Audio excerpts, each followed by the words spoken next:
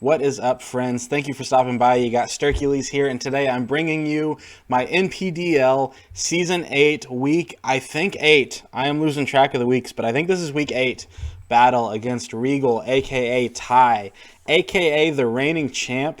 This man is a beast. He's a great guy. He's got a channel below that I will absolutely tag his channel to. He does some draft league content as well, and he is a fantastic battler, fantastic guy. Always look forward to playing him. I think I've only beaten him once before, and it was actually in the semifinals of season 2 to make the finals. And since then, that was season 2. We're in season 8. We haven't played a whole lot, but we've played enough, and I don't think I've beaten him again since then. It's possible I have. But that makes this a very important battle to me. We're going in at 6-1 to this battle, and I believe he's 5-2.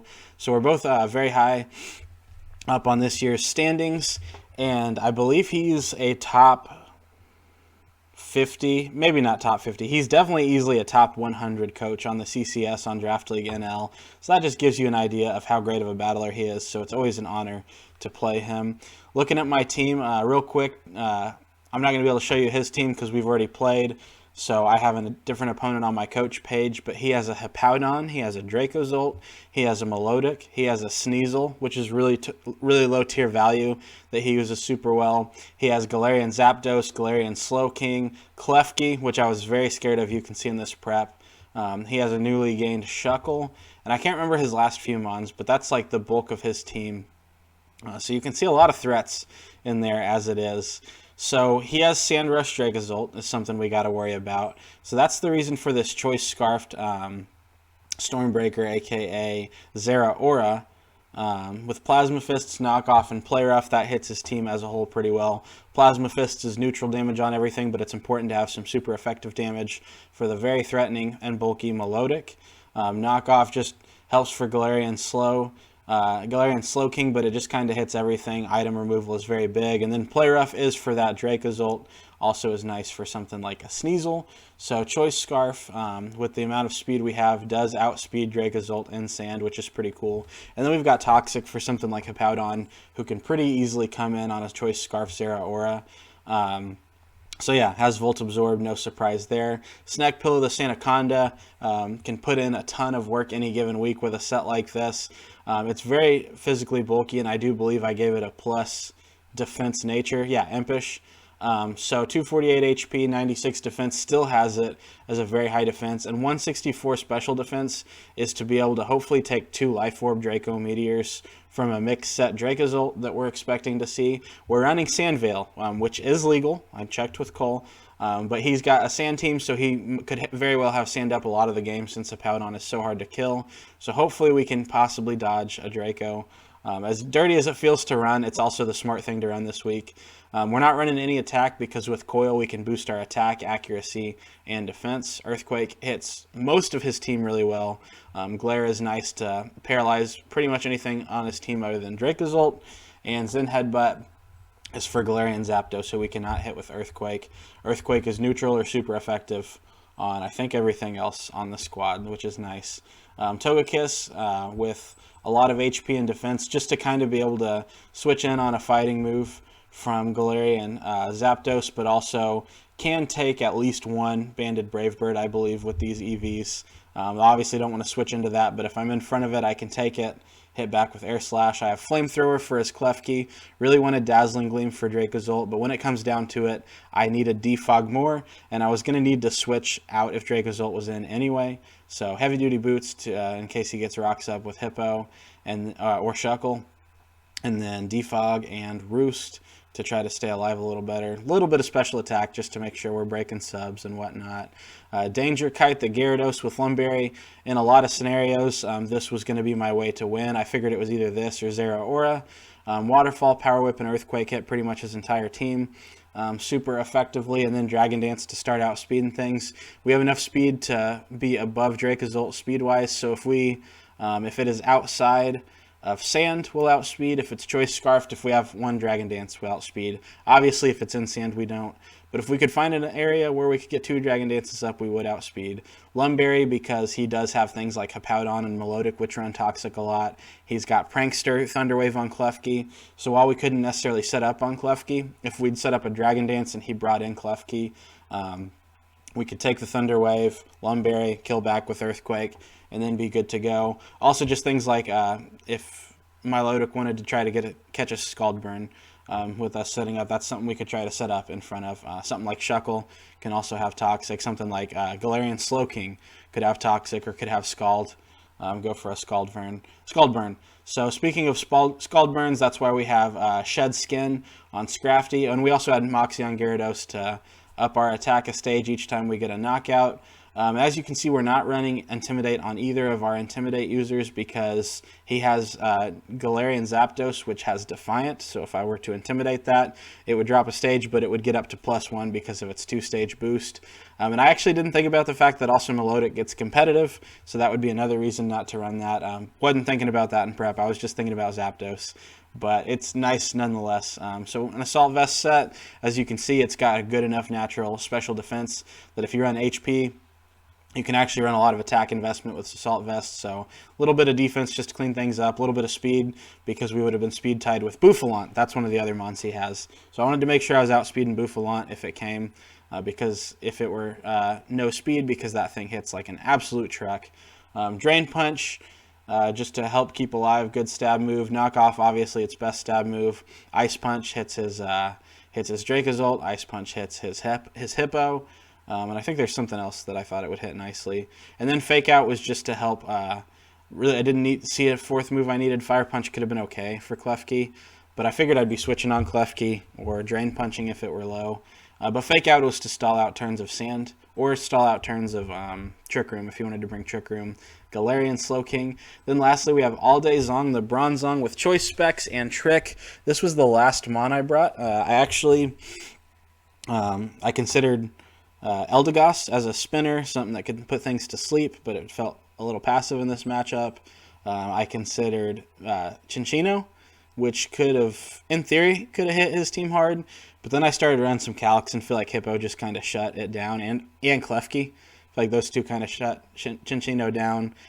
So really I decided this was the best pick. This allowed us to have a rocker and not have to take away Coil or Glare on Snack Pillow, and I initially didn't have Coil. So I was able to take off Stealth Rocks and give it Coil. With this, I could click Future Sight with Choice Specs, but more than likely I just wanted to trick something. There are a lot of big threats on his team, like Hippo, like Shuckle, like Melodic, that I would have loved to trick a choice item onto. And I picked Choice Specs just because a lot of his team actually could have done pretty cool with a Choice Scarf. But say even I wouldn't want to trick like a Choice Band or Choice Scarf onto a Galarian Zapdos. So Choice Specs I figured could hinder most things on his team. Even something like Dracozolt, it at least wouldn't get a Bolt Beak boost. So Future Sight, Trick, Toxic, and Stealth Rock, and as you can see, it's especially defensive. Just to take all-around hits, kind of felt like it did a good job switching in on Slowking, even though it would get coverage moves. And I do know that he is very smart and likes to run his mix set Dracozolt sets, so this could be something to kind of take a Draco Meteor or something like that. So this is the squad. Let's go ahead and hop into the battle.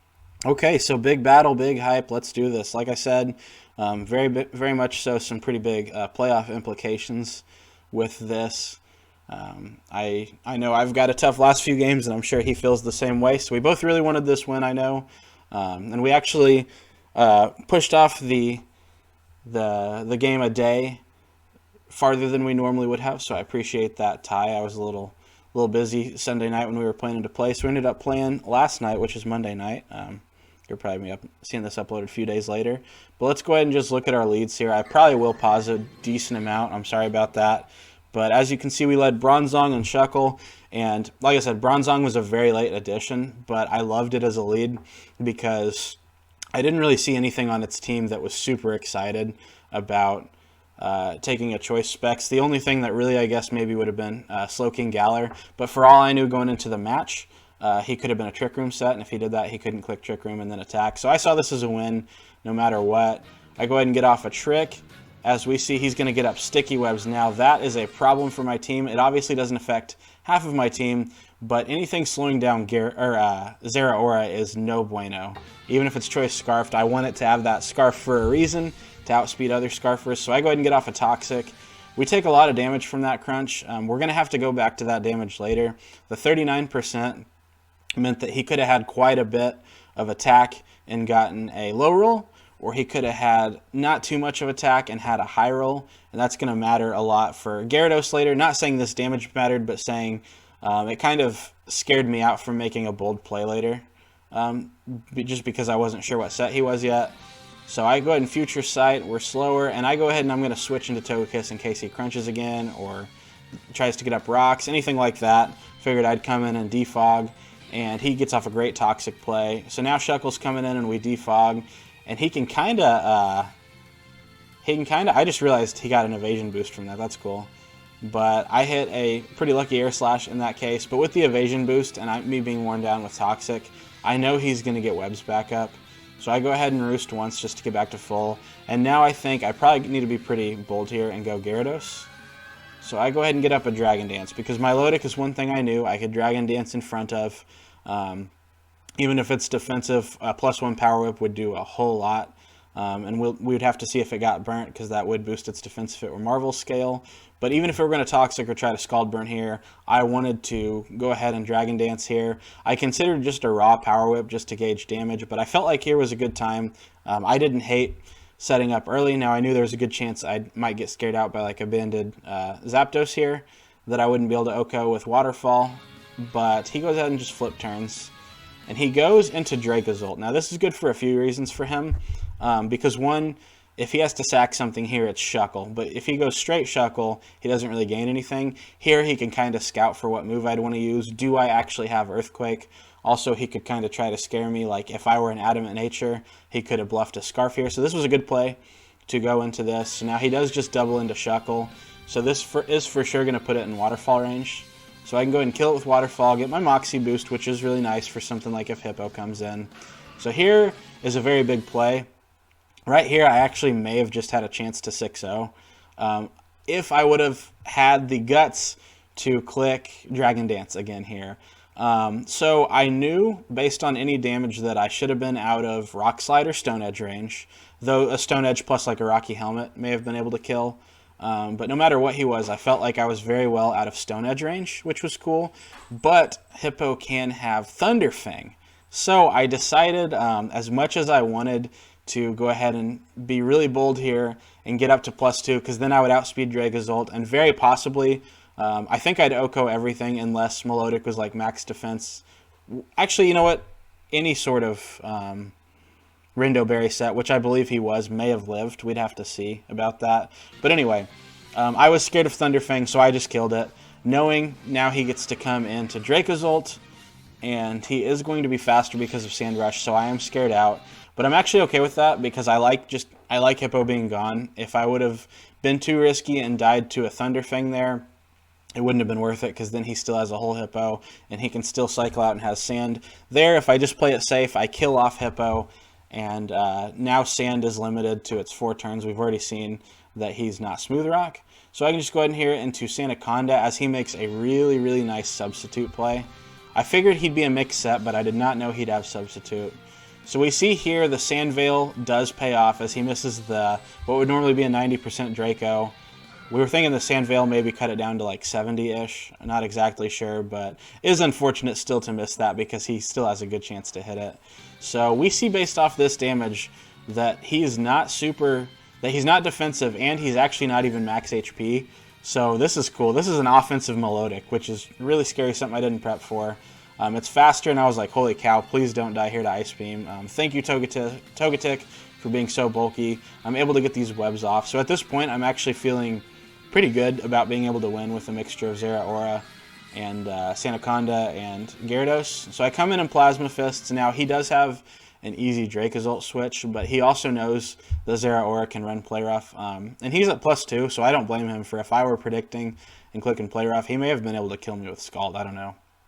We're running like 100 in HP, I think, but I don't know. That's a +2 Milotic that was offensive, so and had a lot of speed. So we go ahead and predict the Earthquake here. Actually, this was just for whatever he wanted to do. I don't want to say this was like some easy prediction, because essentially I'm just sending Bronzong in to die to a Boltbeak. But I'm happy with that, because then I can kind of decide what I want to bring in. Do I want to bring in Zeraora and click Play Rough? That might invite in, what's its name, Galarian Slowking. So I go ahead and just bring in Sandaconda. I get off a coil here, so that was one of my better plays this game. He could have potentially stayed in, but I was hopefully going to live 2 Draco Meteors, so I felt like this was an okay play, and that hopefully I'd be able to take any 2 hits and hit him back with an EQ. If he goes into Zapdos, now all the better, because my attack is boosted, and because of that accuracy boost now, Zen Headbutt's always going to hit. So I can take this Thunderous Kick, really nice play, so he can drop my defense back into range of hitting me really hard with close combat, which is what he's going to do. And so we're going to go ahead and finish him off here with another Zen Headbutt. And now he kind of just brings this in, and if he can hit this Draco, I'm very sure with his EVs that it would have killed. So that's unfortunate. Like, not the hugest deal in the world. I think most scenarios would have come down to I probably would have won, but I think it may have been a closer game than we think. Like, could have been a 1 or 2-0. I think if he hits that Draco Meteor, because then I have to come in and revenge it. I'd probably just come in and start clicking Earthquake with Gyarados, actually, because we know we would be faster. We know he's not Scarfed because we saw him sub up. So I guess I may have just started doing that. But at the same time, I would have had to calc things. But differential definitely matters when you're in the playoff race. So unfortunately for him, it's going to end up being a 4-0. Things could have gone differently. It very well could have been a 1 or 2-0. And actually, I shouldn't even say that. There's opportunities where he would have found a way to win, him being a better battler than I am. But I'm super happy to take home a 4-0 victory with that. We can go ahead and just kind of show the league standings where they're at real quick. I won't spend too much time on this, but as you can see, I'm playing Prisley and his rain team next. I'm pretty nervous for that. Don't know what I'm going to come up with, especially on top of having an IPL match this week. So let me go ahead and, for once, remember to switch the screen, resize it before I start talking. So this is where we're at with the standings. I'm not going to make it worry about it being super pretty. We'll just pull this here and kind of just make my face very small so we can see all the teams. There we go. So looks very nice, right? So as you can see, this is where the team standings are. A few teams are still behind on games, so that might mess with their record a little in the standings. I don't always know how it works. All I know is if your records are tied, the differential goes ahead of head-to-head matchups. But you can see where everyone's at.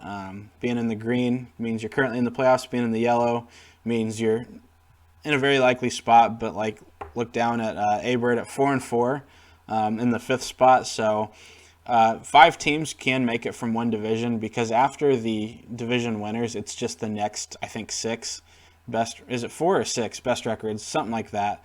Can make the playoffs still for the play-in game. So a lot of these guys are still in it.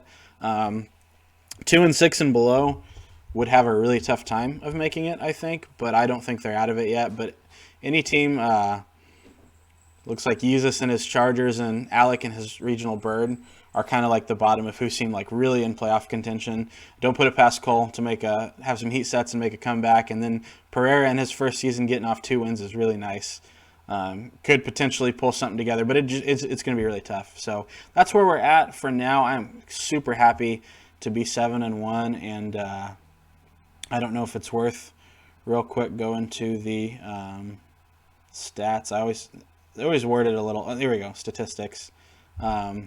This just shows where a few of our mons are at. So Dracozolt, who we just played, Gyarados, Tapu Koko, Zapdos, Galar, and Zeraora are all tied in first for 12 kills. So we got 2 on the kill leader chart, and obviously that should be very secondary to just trying to win and play well. But hey, if Zeraora or Gyarados get to lead the league in kills, that'd be really fun. So, but anyway, guys, this was a really fun match. Always excited to get a good win. Always excited to get what I consider an upset. So a big upset win. Feeling excited. 7-2. We got what?